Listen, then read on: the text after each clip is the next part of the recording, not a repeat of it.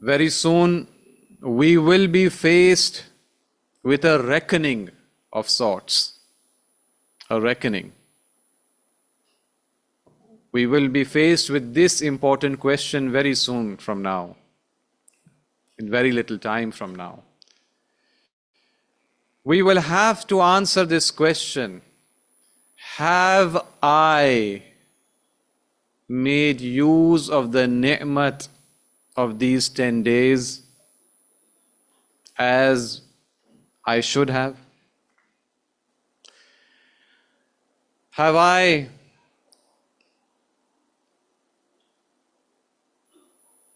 Has my azadari, has my mourning, has my commemoration, aza, has it been accepted?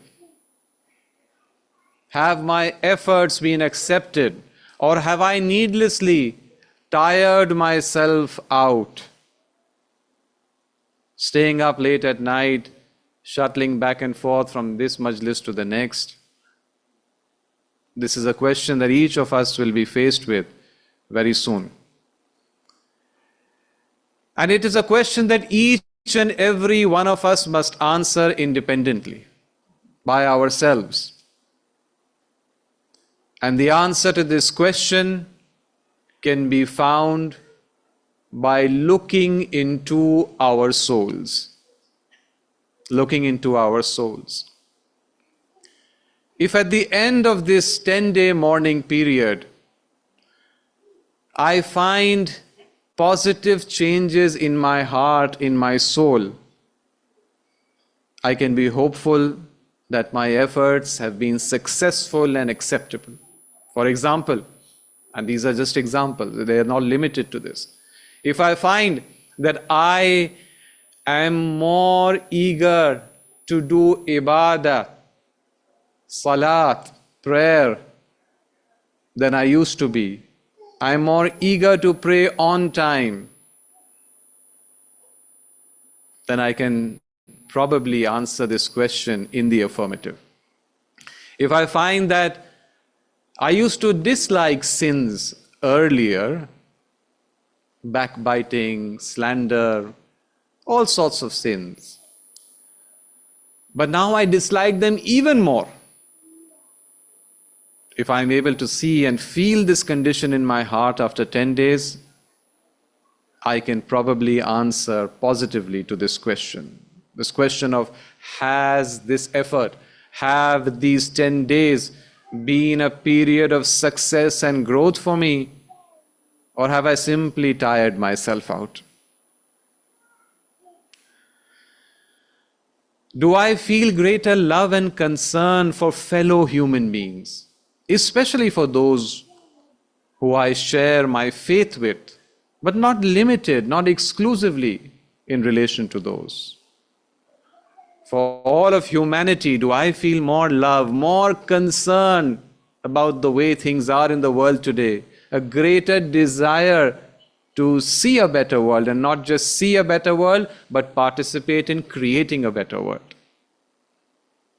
If I can answer in the affirmative to this question and other questions such as these, I can probably be confident that these 10 days have been a 10-day period of success, inshallah. And inshallah, I hope that each and every one of us, including myself, this is a question and a concern and a reckoning that I too must face. Each and every one of us will be able to answer this question in the affirmative, inshallah. Please recite a salawat ala Muhammad wa ali Muhammad. Allahumma salli ala.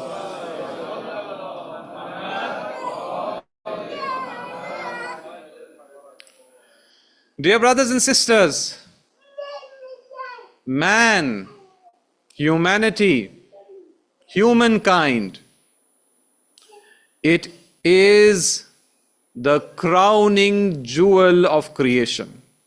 The crown jewel of creation. أعوذ بالله من الشيطان الرجيم إذ قال ربك للملائكة إني جاعل في الأرض خليفة.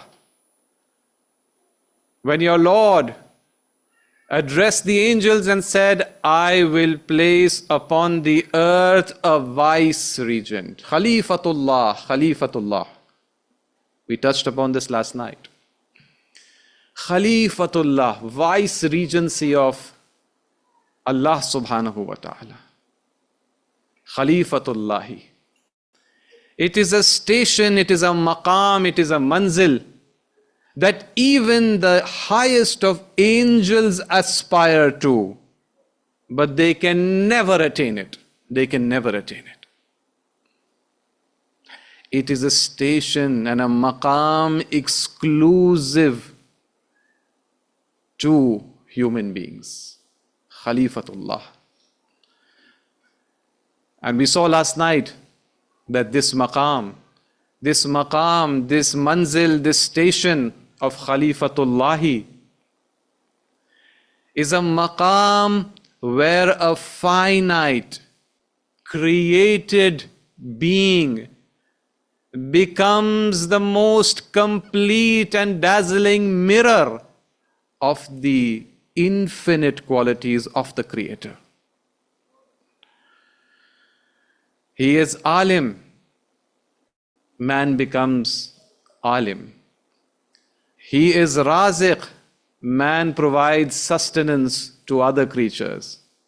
He is qadir, all-powerful, infinitely so. Man acquires strength and power, whether he uses it to serve his master or to destroy the rest of creation is a different question altogether. This manzil and maqam of vice regency of humanity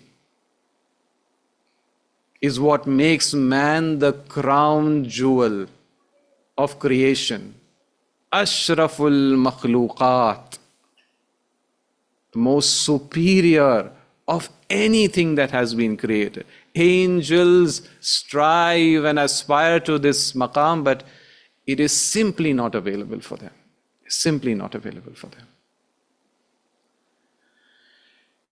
In fact, humanity and mankind essentially belongs to another realm.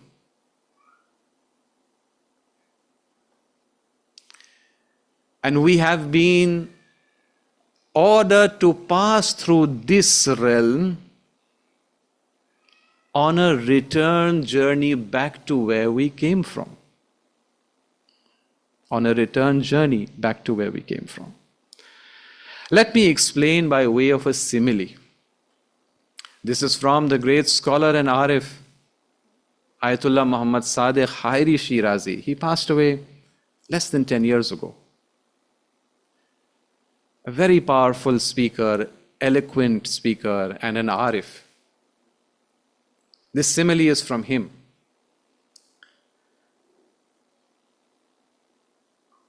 All of us have heard of pearls. Pearls, right? Lu'lu', marjan, pearls. Pearls are precious stones. Well, I'm using the word stones loosely. Technically speaking, they are not stones, but they are called precious stones that are valuable, expensive. They are used in jewelry.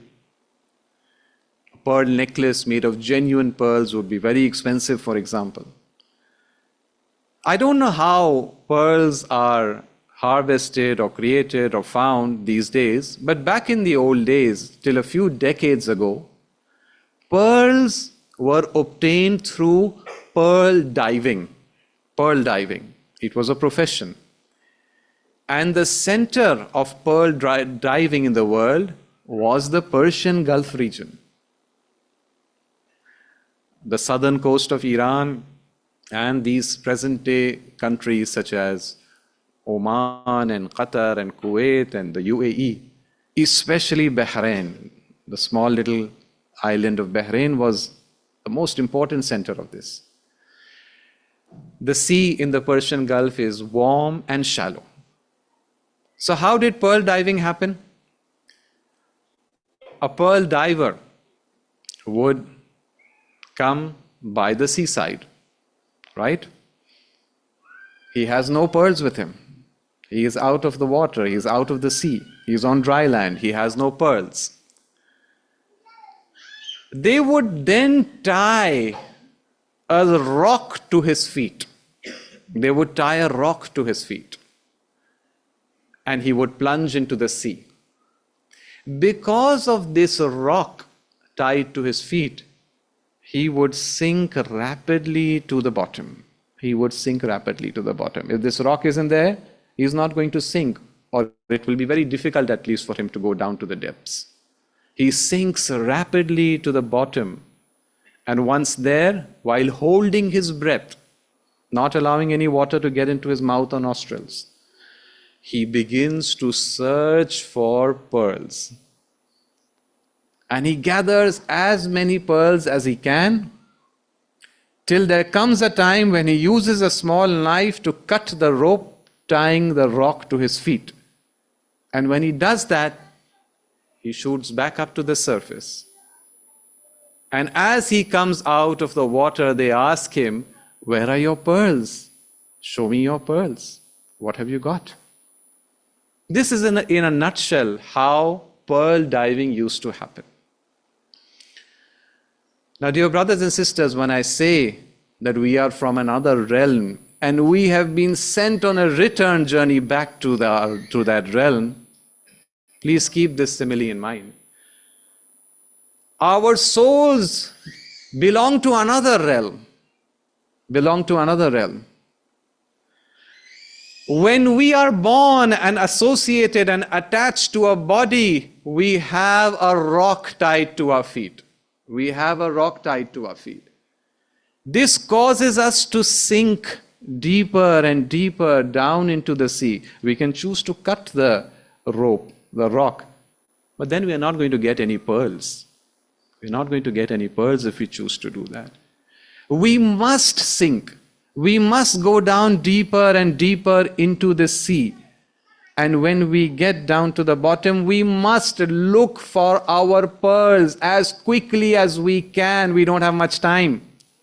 There's no scuba diving gear in those days. We don't have much time. We need to find our pearls, gather our pearls.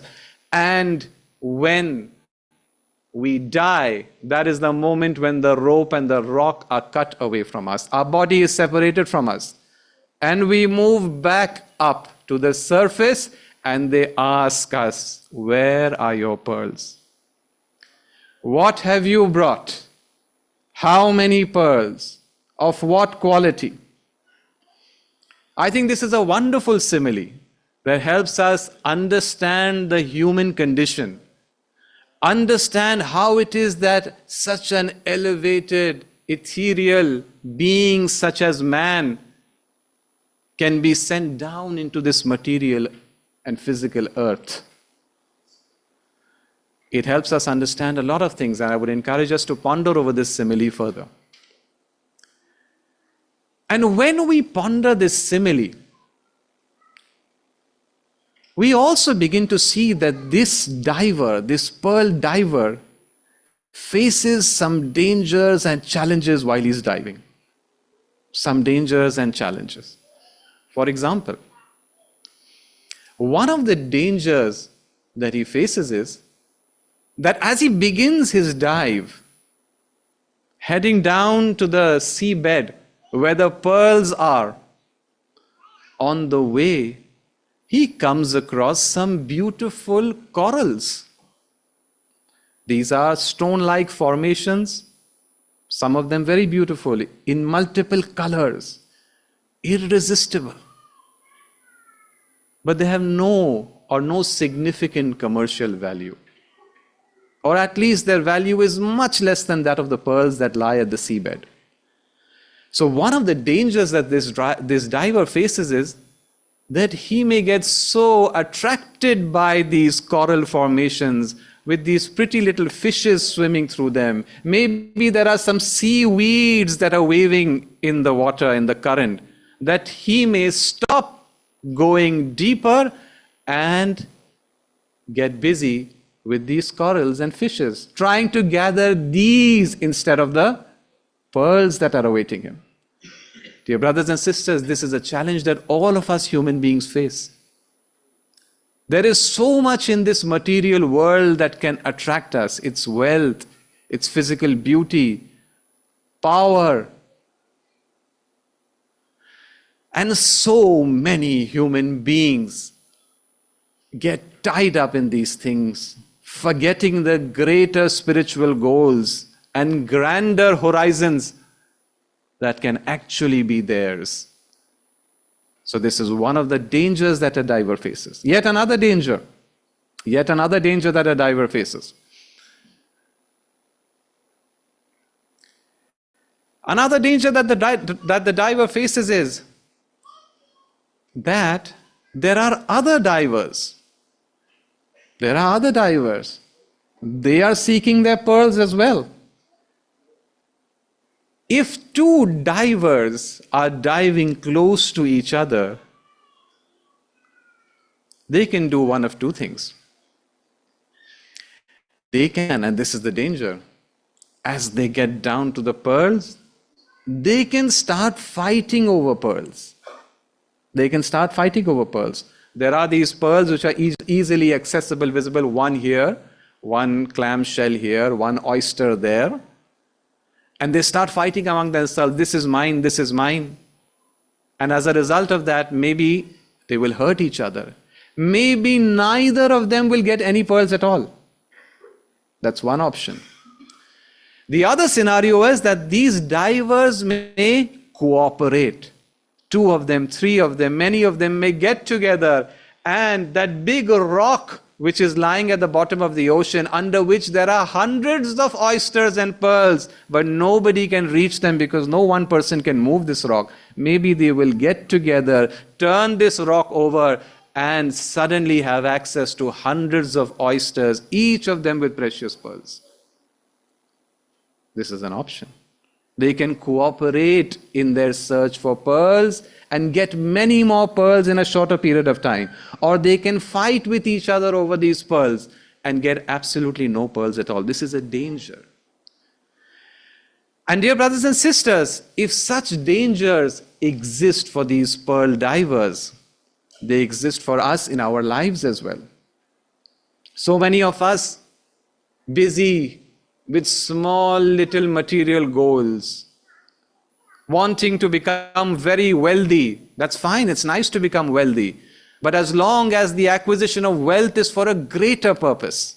But when the acquisition of wealth and power is simply for the acquisition of wealth and power and has no greater purpose behind it, it is like a diver who is busy with worthless corals and little fish, forgetting that he has pearls waiting for him at the bottom.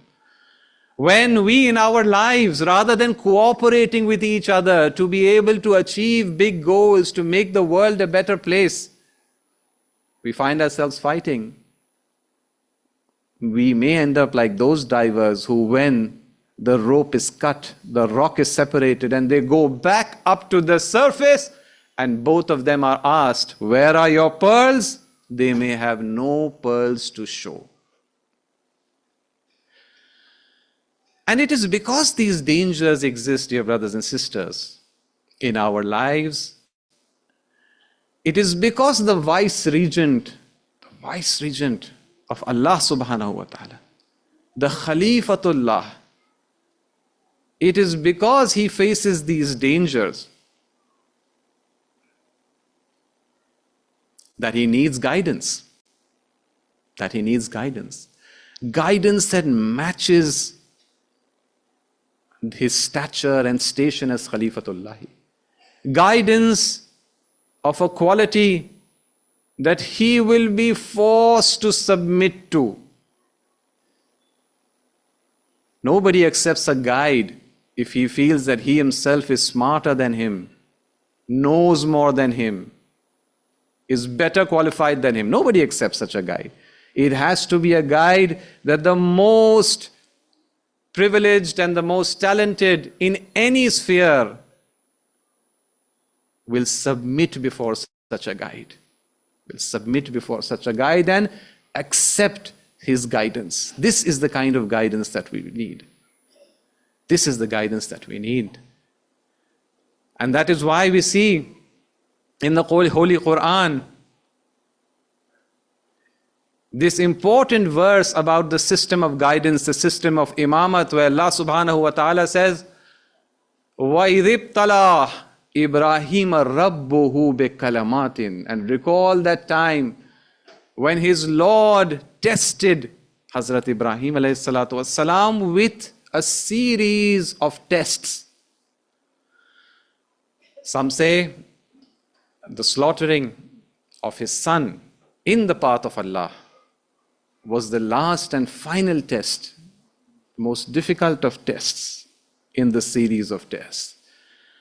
Recall when Ibrahim was tested by his Lord, فَأَتَمَّهُنَّ, and he was successful in these tests. فَأَتَمَّهُنَّ.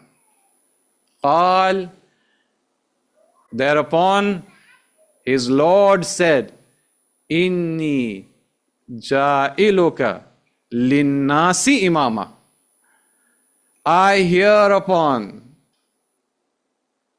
hereupon declare you to be the Imam of all of mankind. Linnasi imama. Ja'iluka linnasi imam. We've been saying this repeatedly. The system of imamat is for all of humanity, because all of humanity is supposed to reach the level of vice regency, not just one or two people, not just a small community. It's a different matter that many people will not reach this station, but Allah subhanahu wa ta'ala's preferred outcome is that each and every human being. But because there is free will, because this station has to be achieved through choice, through effort, striving for those pearls on the ocean bed, while holding your breath, guidance is needed. Guidance is needed. Dear brothers and sisters, the dangers for these divers are immense. There is the danger of getting caught up with coral and fishes. There is the danger of fighting among themselves. But yet there is another danger. Dear brothers and sisters, the diver is supposed to dive into this water. He is supposed to be in the water. And if he says, I don't want to go for this dive, he's not going to have any pearls. So he has to dive if he wants pearls. He has to. That is the only way he can get to the pearls.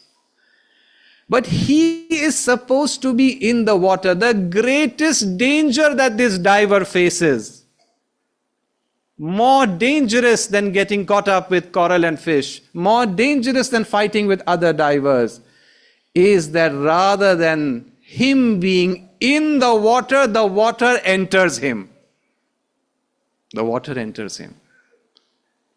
That is the death of this diver. Dear brothers and sisters, we have been created to swim in this world, seek our pearls so that we can show them after our death. But we have to swim in this world, surrounded by this world. But we have to keep the world out of our souls. If the world enters us rather than us entering the world, if we are consumed by the world, if our soul becomes enamored by this world and seeks only the pleasures of this world, we are like the diver who has allowed the water to enter his lungs. And we all know what happens to such a diver. This is the extent of the risks that we face. And this is the intensity of our need, not just us, all of humanity. Humanity's need for imamat. Inni ja'iluka linnasi imama. Of course, much of humanity doesn't know this, is neglectful of it, is ignorant of it. A small number may even reject this. But that doesn't change the fact of the matter. That doesn't change the fact of the matter. And that is why the system of imamat is humanity's foundational and fundamental system of hidayah and guidance, as has been sent down by Allah subhanahu wa ta'ala. And we've been going over some of its features. We've seen, what have we seen? For example, we've seen that it is always working, untiring. It always finds its way around any obstacle. It never says, oh, this challenge is too big for me. I can't do anything here. It is always moving from strength to strength, success to success. I'm sure the examples that we've been going over the previous nights are going through your mind, inshallah. And when we try to understand how it is so undefeatable, please recite a salawat ala Muhammad wa ali Muhammad. Allahumma salli ala Muhammad wa ali Muhammad wa ajil. When we try to understand why it is and how it is so invincible,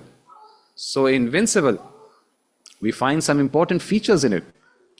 If I were to just go over a few of them, it manages to turn every threat into an opportunity. Every perceived weakness becomes its strength. We've seen our fourth Imam, Imam Zainul Abidin, and our eighth Imam, Imam Raza alayhi salatu wasalam. Please recite a salawat. Allah salli ala Muhammad.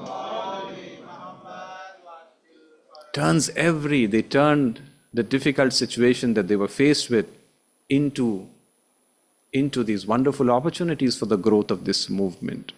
Using the court of the tyrant to further the aims of this movement. Using the restrictions on any kind of free contact and political activity to focus on prayer. Prayer with a clear social vision. Using prayer with a social vision to take the teachings of Islam forward.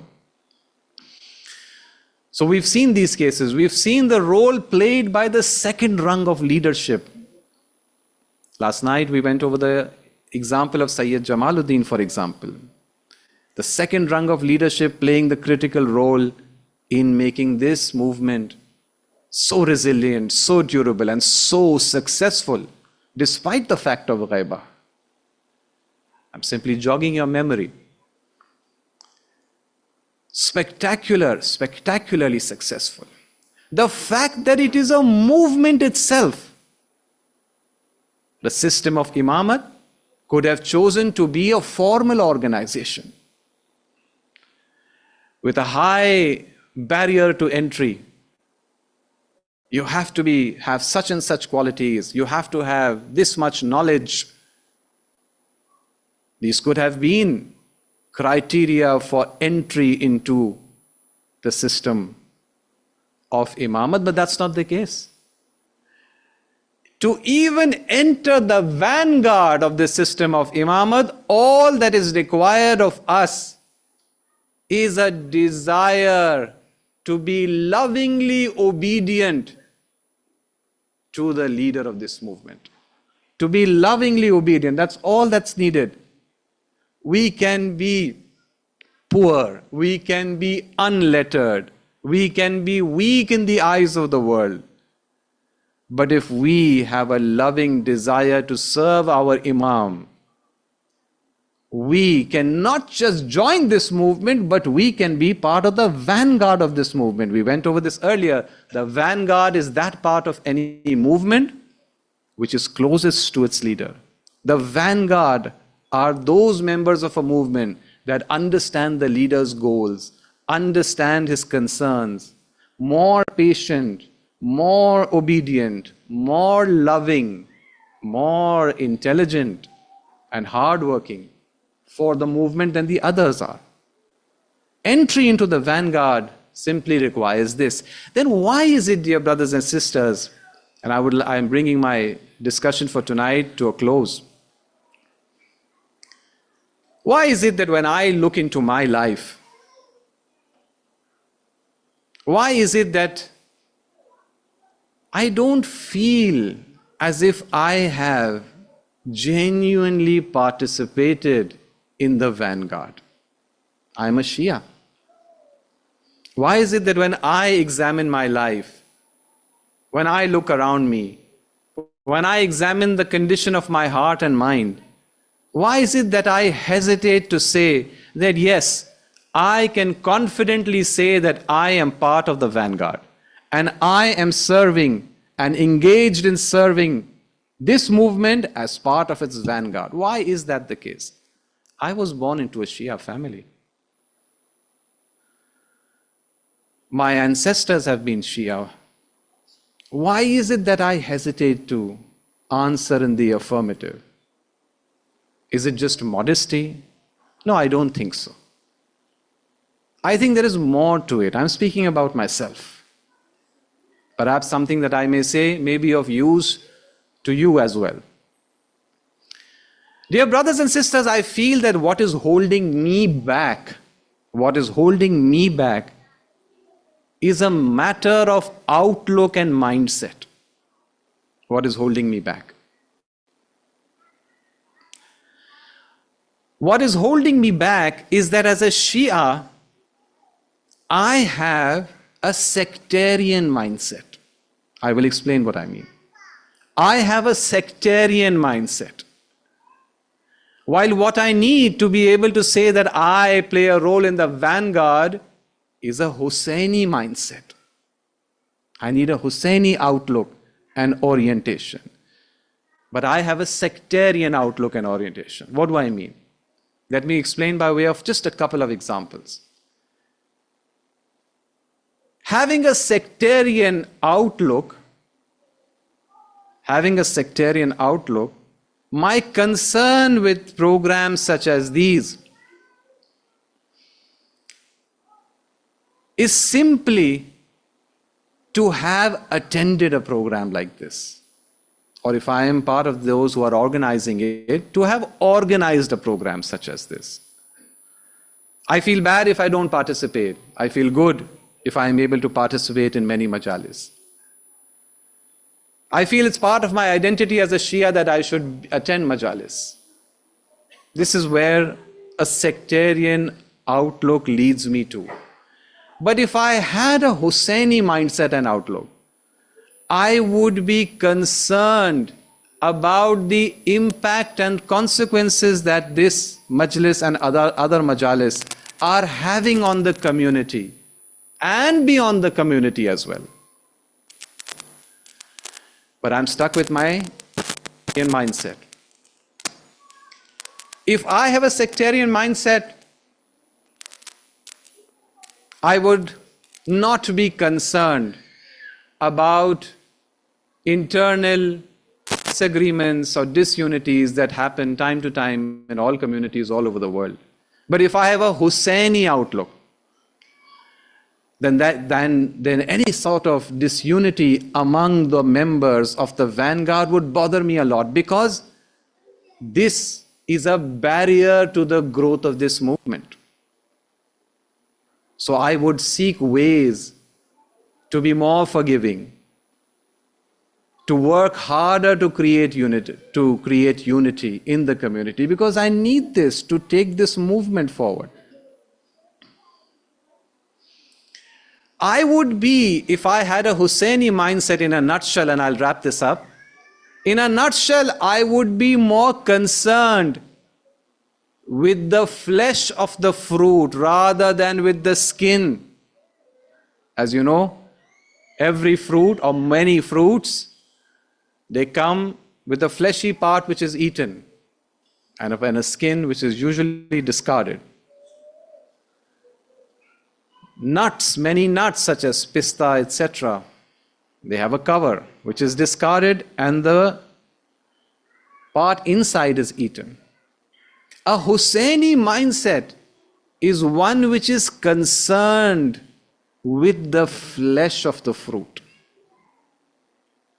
Concerned with the flesh of the fruit.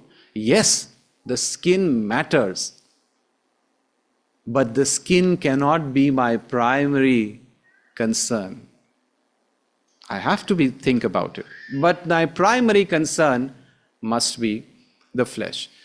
So perhaps that's what's holding me back. Me. That I'm concerned, I have stagnated at a sectarian outlook to religion and to Shia. While what I need is a Husseini outlook, a movement-based outlook. And if I begin to adopt that outlook, to the extent that I begin to adopt that outlook and orientation, I will feel the difference in my life and will be able to answer this question that am I really part of the vanguard? In the affirmative, inshallah. In the affirmative. Everyone who was in Karbala was part of the vanguard. Everyone who was in Karbala was part of the vanguard. Submerged in loving obedience to their Imam. Submerged in loving obedience. The day of Ashura, which is very close now, the day of Ashura is a day that has changed history. A new era began on the day of Ashura in the year 61 Al-Hijri. A new era begins with Ashura. And the day of Ashura itself begins with an adhan, with the call to prayer. It is time for Fajr, the morning of Ashura. And Imam Hussein addresses his oldest son, Ali al-Akbar, and asks him to step forward and recite the azan. There were so many others there in his family, so many other ashab. Why Ali Akbar? Why was Ali Akbar asked to recite the azan? I think perhaps the answer lies in this. At another point on that day, Imam Hussein alayhi salam says that this young man is bears the most resemblance to the Holy Messenger of Islam, khalqan, in terms of his physical appearance, khulqan, with regards to his manner and ethics and behavior, wa mantiqan, and in his manner of speaking, his speech, his voice, bears the most resemblance to the Holy Messenger. Yes, dear brothers and sisters, it is the system of imamat at work again. It is the system of imamat at work again. It wants to tell these enemies that have gathered, being for the blood of the Husseini camp, for the blood of Imam Hussein, that if you still haven't realized that you are on the path to eternal damnation and hellfire, then listen to this azan. Listen to this azan in the same manner and voice as the Holy Messenger of Islam. If you still haven't snapped out of it, now is the time, the system of imamat, offering guidance to those who do not seek it. Even offering guidance to its enemies. Yes, the system of imamat fights its enemies to the extent that it requires, to the extent of severity that is required, but it makes no vacuous claims to turning the other cheek. It is concerned about guiding all of humanity, including its enemies. The day begins with an azan from Ali al-Akbar. Dear brothers and sisters, this is now the following day. We should travel or take our minds to the afternoon of the day of Ashura. The afternoon of the day of Ashura. All the ashab, Habib and Zuhair, and all the other ashab, they have all been martyred. And now it is time for the Bani Hashim. It can be gathered from several maqatil that perhaps the first martyr of Bani Hashim was Ali al-Akbar. You've all heard that when the Bani Hashim would come, Hazrat Qasim, for example, would come to seek permission to go and do battle, Imam Hussein would delay giving them permission, would postpone giving them permission.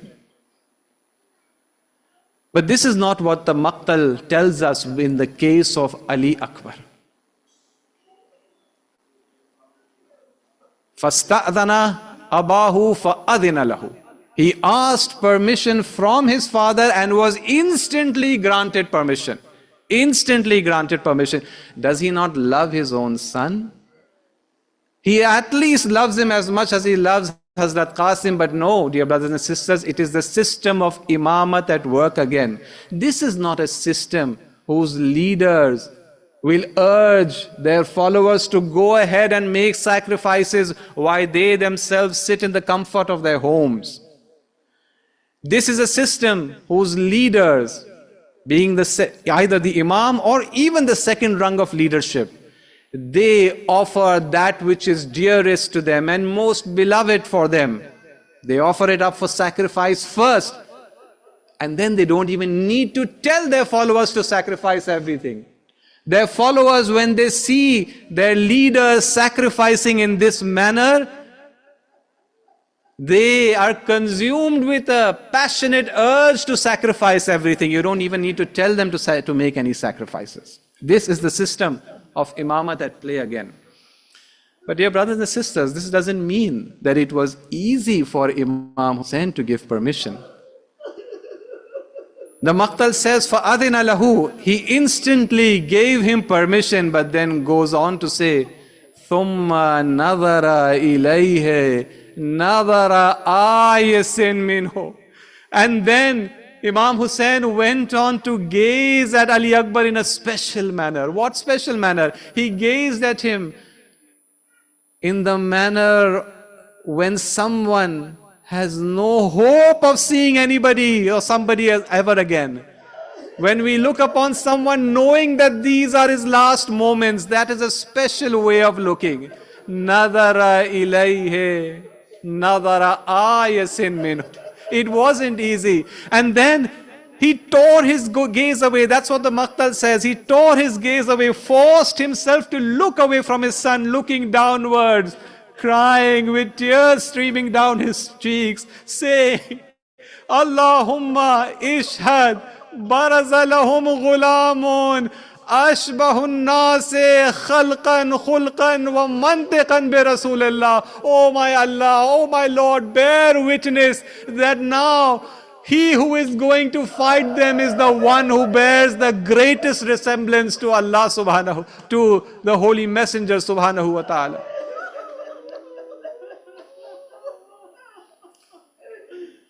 Ali Akbar has got permission to fight. Ali Akbar has got permission to die. But he must now say goodbye to the ladies. He must now say goodbye to the ladies of his family. He goes into the tent.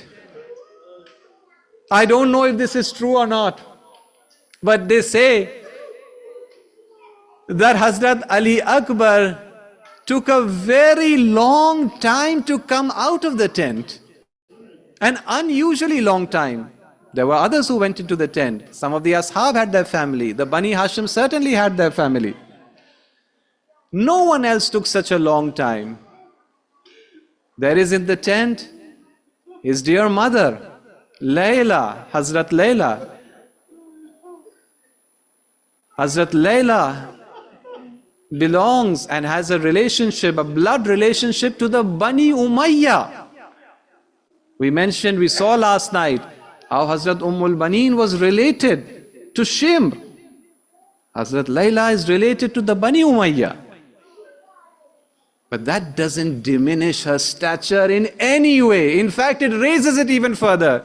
In this movement, these blood ties are not what determine the worth of somebody. It is their faith and iman, and she was Hussaini through and through, and is worthy of our greatest respect till the day of judgment. His aunt, Lady Zainab. So they say Hazrat Ali Akbar took a very long time to come out. Perhaps the reason is this, they say, that whenever he tried to step out of the tent and go for battle, his sisters would hold his hand and pull him. His aunts would embrace him. He was a grown young man, he had children, his little daughters would grab his legs and prevent him from leaving. But finally Ali Akbar steps out, ready for battle. His father, Imam Hussain, helps him dress and be prepared for battle. armor, helmet, and the sword, and all the accoutrements of battle, and then sets him on his horse and asks him to proceed for war. But as Ali Akbar is leaving, Imam Hussain, his father, tells him, my dear son, don't rush to the battlefield. You're going to fight, but don't rush into fight. Ride a little slowly. And as you're riding forward, after every few steps or so, turn around and have a look at me. Ali Akbar gets onto the horse, begins to ride slowly towards the enemy. He's an obedient son. He remembers his father's instruction. He turns around to look at his father, and what does he see? His old father is taking small steps and following behind the horse. Ali Akbar disembarks from the horse, rushes to his father, hugs and embraces him, and asks him, dear father, what are you doing? Why are you doing this? I wouldn't be surprised if Imam Hussain replied with this statement, oh Ali Akbar, if you had a young son such as yourself who was going away to die in battle, then you would never ask me why I am doing this. Ali Akbar goes forth to do battle. He fights. He serves his Imam, hungry and thirsty. The Maqtal says, after fighting for a while, he comes back to his father. He comes back to his father and says, Ya Abata, innal atasha qad qatalani, thirst is killing me. Wa thiqla al-hadid, the weight of this armor in this hot day, qad ajhadani, its discomfort is unbearable for me. Hal ila sharbatin min al-ma'i sabil. Can I have just a sip of water? Is there some water available somewhere? His father answers him, I don't have any water. You know this, Ali Akbar. Go for. It's just a matter of a little bit of time. And very soon you will be welcomed by your grandfather, holding a cup of water from the house of Kauthar. Ali Akbar goes back to the battlefield. The battle continues. The battle continues, and then eventually the inevitable happens. Some say it was a spear. Some say it was an arrow. But very soon, this cry rings out in the battlefield of Karbala. Ya Abata, oh my father, alayka minni as-salam. Please accept my final salutations. Many others, before and after Ali Akbar, sent their final salutations. And you all know what Imam Hussain used to do. He used to go forth, ride forth, to be by their side as they are passing away, as they are embracing martyrdom. In the case of Hazrat Qasim, we saw he got onto his horse and sped like an eagle sweeps down onto its prey. But do you know what happened? Do you know what happened when he was called by Ali Akbar? The Maqtal says, he went into the battlefield crying out to his son, oh my son, where are you? Call out to me. I can't see a thing. Where are you?